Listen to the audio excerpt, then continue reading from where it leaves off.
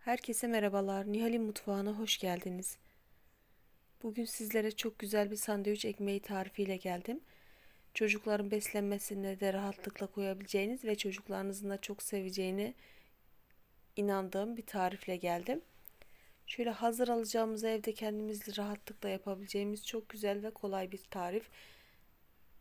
Sizler de daha fazla bekletmeden hemen yapımına geçiyorum. Ben bunun için 2 su bardağı ılık süt, 1 su bardağı ılık su, 2 yemek kaşığı toz şeker, şöyle yarım paket yaş maya kullandım. Kuru maya da kullanabilirsiniz. Benim evimde yaş maya olduğu için yaş maya kullandım. Böyle spatula ile biraz karıştırdıktan sonra sırasıyla diğer malzemelerimi de eklemeye devam edeceğim.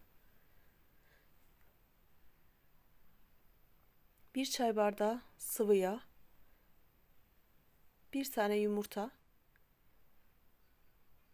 ekleyip tekrardan karıştırmaya devam ediyorum. Ben toplamda 7 su bardağı un kullandım ama unu kontrollü bir şekilde eklerseniz böyle daha iyi olur. İlk önce biraz ekleyip karıştırdıktan sonra tekrardan ihtiyaç duyduğum anda karıştırmaya devam ettim. Bir tatlı kaşığı da tuz ekleyip tekrardan karıştırmaya devam ediyorum.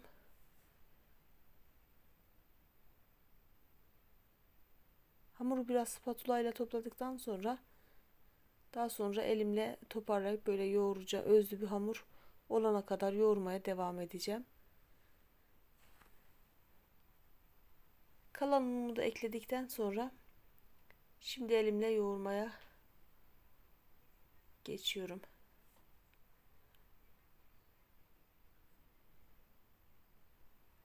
Hamuru yoğurma kabında biraz yoğurup toparladıktan sonra masanın üzerine alıp böyle masanın üzerinde de bir yoğurup tekrardan yoğurma kabına alıp mayalanması için bir üzerine bir örtü örtüp bir yarım saat kadar mayalandırıyorum. Ortamın sıcaklığına göre, havanın sıcaklığına göre bu değişebilir.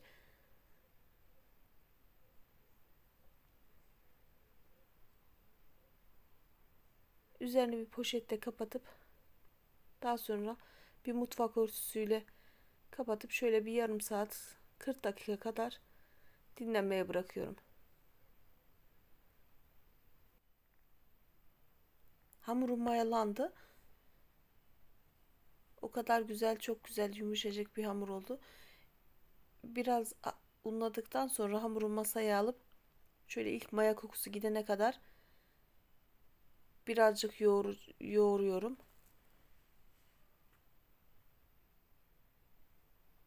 Yoğurduğum hamuru böyle bir kesme aparatıyla iki eşit parçaya bölüp iki tane bezelere ayırıyorum.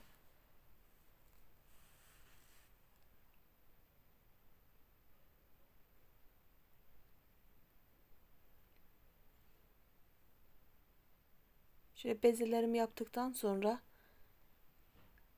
bir tanesini kenara alıp üzerine bir poşetle, dolap poşetiyle kapatıyorum ki üzeri kabuk bağlamasın. Daha sonra ben elimde diğerini açmaya başlıyorum. Altını hafif unladıktan sonra ilk önce elimle daha sonra da merdane ile hamuru birazcık büyüteceğim.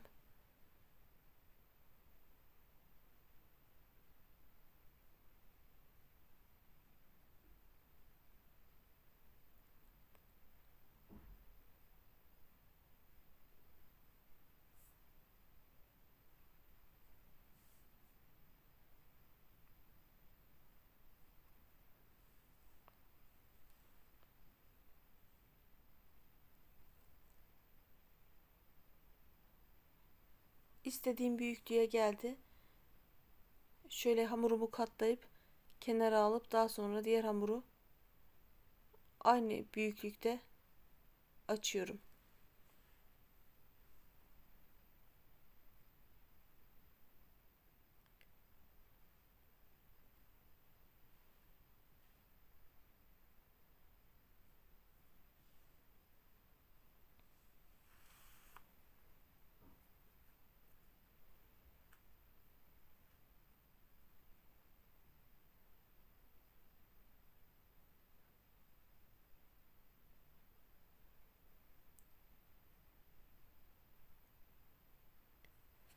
İkinci hamurumu da açtım, bitirdim. Şimdi birazcık altını unluyorum ki yaptıktan sonra yapışmalar olmasın.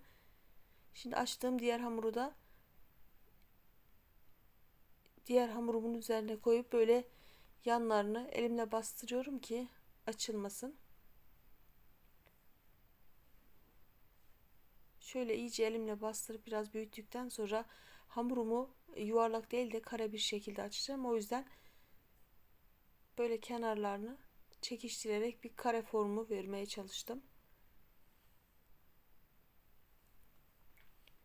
Daha sonra hamurumu şöyle ters çevirdikten sonra alttaki hamurumun da eşit derecede aynı boyda olması için böyle bir elimle çekiştirerek ayarlıyorum. Daha sonra merdane ile dediğim gibi bir kare formu vereceğim. İstediğim boyutlara gelene kadar merdane ile elimle düzeltmeye devam ediyorum. Hamburger ekmeklerini tercihe göre, isterseniz daha tombik olmasını isterseniz hamurunuzu biraz daha kalın yapabilirsiniz. Veya içi az olsun istiyorsanız daha ince açabilirsiniz.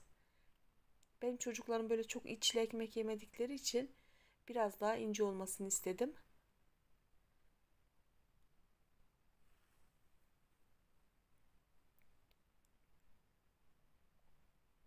İstediğim kalınlığa geldi. Şöyle kenarlarını tekrardan düzelttikten sonra şimdi sandviç ekmeklerimin şeklini vereceğim. Ben böyle bir erzak kabı kullandım. Bu kaptan evinizde yoksa böyle bir tabak veya buna benzer başka bir şeylerle de şeklinizi verebilirsiniz. Böyle olunca gerçekten tam bir sandviç ekmeği şekli oluyor. Ve yapımı çok kolay ve zevkli bir tarif paylaşıyorum sizlerle. Çocuklarımıza dışarıda sağlıksız şeyler yedireceğimizi evde kendi imkanlarımızla elimizden geldiğince böyle ev yapımı güzel ve sağlıklı şeyler hazırlamayı tercih ediyorum. Şimdi hamurlarımı kestim, şeklini verdim, bitirdim. Şimdi sırasıyla tepsiye yerleştiriyorum. Ben fırın kağıdı kullandım ama evinizde fırın kağıdı yoksa tepsinin altını unlayarak da yapabilirsiniz. Şöyle sırasıyla tepsiye yerleştirdikten sonra kenarlardan çıkan parçaları da sonradan tekrardan aynı şekilde açıp yapmaya devam edeceğim. Bir tepsimi doldurdum. Şimdi ikinci tepsiyi yapmaya geçiyorum. Bakın şekilleri ne kadar güzel ve yapımı çok kolay gerçekten. İkinci hamurumu da tekrardan masaya aldım ve böyle bir toparlayıp tekrardan iki parçaya ayırıyorum ve ilk yaptığım işlemin aynısını bu hamur içinde tekrardan yapacağım.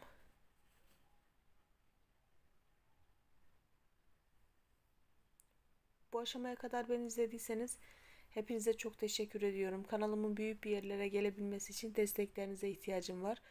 Kanalıma ücretsiz bir şekilde abone olarak, yorum yaparak bana destek olabilirsiniz.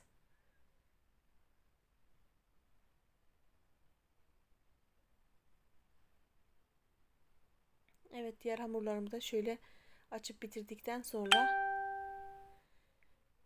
son kalan iki parçama da tekrardan sandviç ekmeği şeklini verip şöyle tepsiye koyacağım onları da.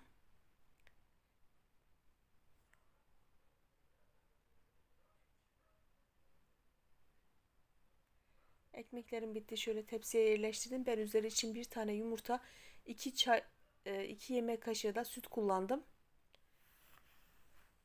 Ekmeklerimi iyice her tarafına gelecek şekilde bu süt ve yumurta karışımımı sürüyorum. Sade yumurta kullanmak istemedim ben. Çünkü böyle çok poğaça gibi olsun istemedim. Sandviç ekmeklerinin orijinal bir şekilde görünmesini istedim aslında. O yüzden sade yumurta kullanmadım.